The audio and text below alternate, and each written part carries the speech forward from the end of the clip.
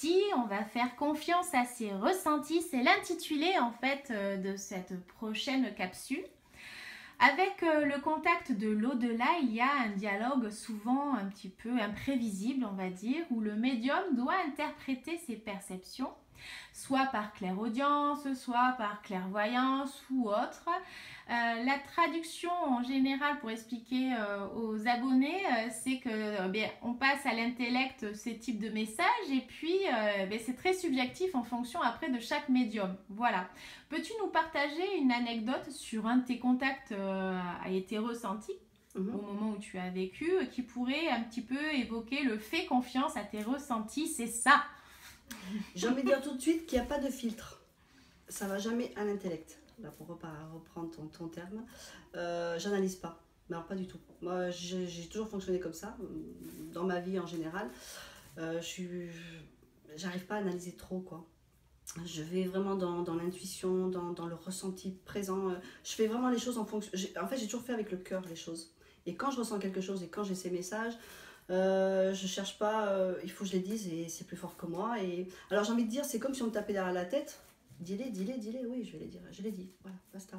Mais j'analyse pas, on me le dit, c'est pas ma pensée, je sais je suis très disciplinée, je suis un bon petit soldat de là-haut, je sais pas, un petit soldat et voilà, et j'ai des choses, donc il y a pas, je suis pas dans cette analyse, dans cet intellectuel, tout. Et si c'était ma pensée, et est-ce que je vais bien le dire, est-ce qu'il va bien le prendre, bien l'interpréter. Au début, oui, j'avais cette appréhension quand j'étais pas encore trop sûre. Et puis maintenant, voilà, non, c'est ok. Et okay, ta première, au début, j'avais ça, une petite anecdote sur le fait de me dire, j'ai pas osé dire ça et c'était ça en fait, j'aurais dû me faire confiance. Non. Non, il n'y a pas eu de choses, de choses pas dites, non. Je les ai toujours dit en fait. Dites et heureusement, je touche du bois, il n'y a pas eu de retour négatif. Si, peut-être des petits détails où ça me dit rien, des choses comme ça. Et puis après, avec le recul, avec des retours, ah ben oui, effectivement, il y a eu ça ou ça, je me rappelle de ça, vous m'avez dit ça, mais effectivement, ça s'était vrai, voilà. Des choses qui ne parlent pas à la personne sur le moment et puis qu'après, ça a été confirmé par la suite. Je dis pas que je suis parfaite, que je fais pas d'erreur, hein. Peut-être que des petits détails, mais des retours. Donc ils sont, je veux dire qu'ils sont ok, quoi. Ils sont bien. C'est eux là-haut, hein, c'est pas moi. Hein. Ma prochaine réflexion, elle est toute ludique et très spontanée. Alors attention, okay. Tu vas devoir continuer la phrase suivante en nous partageant un petit peu la vision de cette phrase que tu auras continuée. Tu es prête? Oui. La phrase à continuer est celle-ci. Hein. Il faut se faire confiance. Tout le temps. J'ai envie de dire tout le temps. Il faut se faire confiance. À défaut... Oh là là. Il faut vraiment répondre spontanément. Vas-y, qu'est-ce qui est en train de se... Il faut se faire confiance...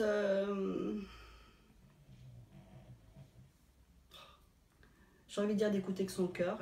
Il n'y a que lui qui sait, qui connaît parfaitement votre âme. Il n'y a que le cœur qui connaît parfaitement votre âme. Donc il n'y a que lui à écouter, quoi. Personne d'autre. Ni l'entourage, ni le qu'en dira-t-on, ni analyser les choses. Je pense que l'intuition est la meilleure le cœur, oui. Il n'y a que lui qui connaît le chemin. Mais vraiment, voilà. Impeccable.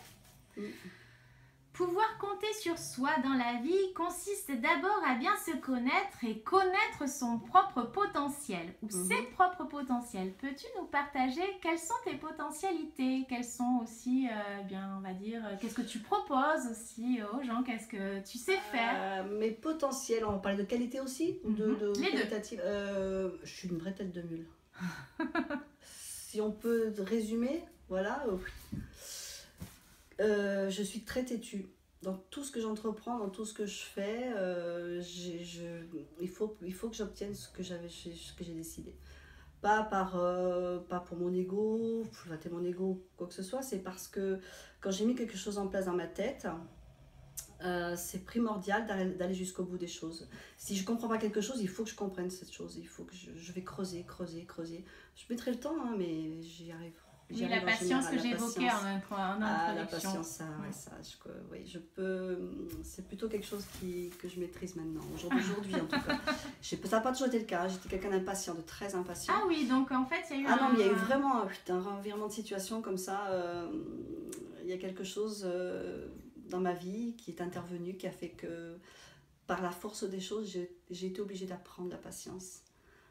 Et qui du coup ça mène un petit peu la sagesse, un tout petit chouïa, hein. Je suis pas dans la sagesse, mais voilà, une certaine forme de sagesse qui s'installe dans cette patience, dans oui, on accepte, on accueille, voilà, il faut apprendre, avoir l'humilité aussi de dire que des fois on sait pas tout, qu'on comprend tout, hein, parce que voilà, mais en même temps je vais toujours aller jusqu'au bout du bout pour essayer au moins de comprendre pourquoi et comment trouver une solution à quelque chose, quoi.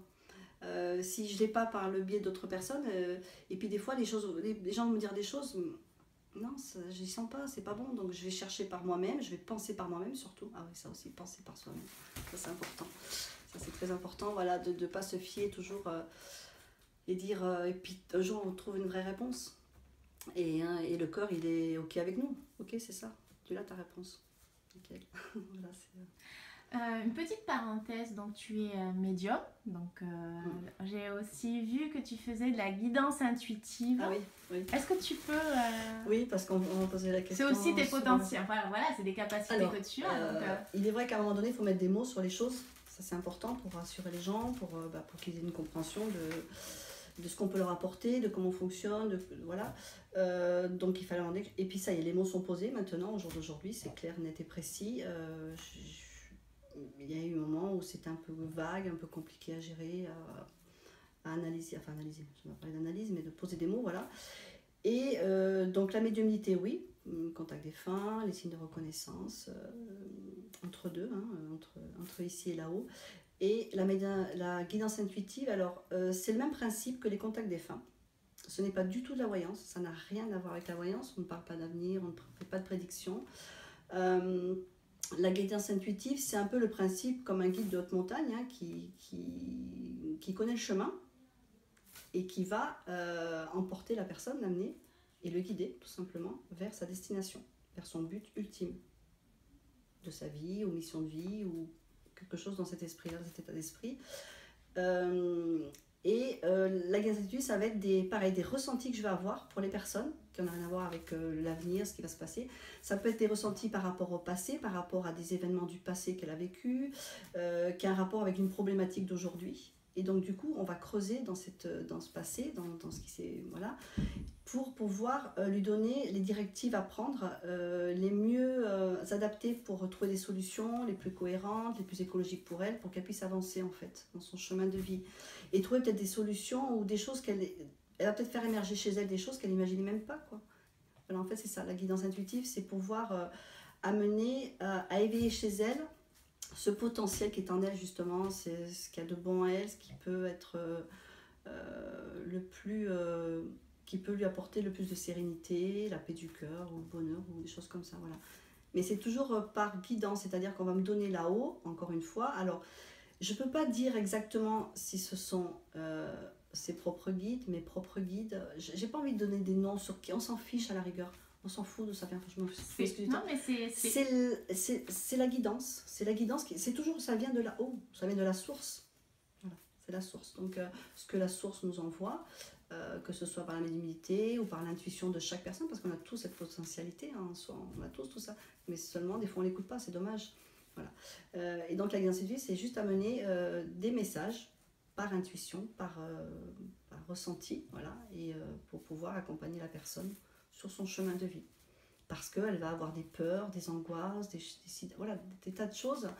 Elle ne s'aime pas assez, elle a peur des autres, elle a peur d'aimer aussi, elle a peur de s'investir dans une relation. Je ne sais pas, des tas de choses comme ça. Non, c'est très clair. Une chose aussi que j'avais envie que tu évoques, on a évoqué tout à l'heure hors caméra l'hypnose. Est-ce que tu peux expliquer pourquoi on a parlé d'hypnose ? Oui, alors je vais redire ce dont on a parlé.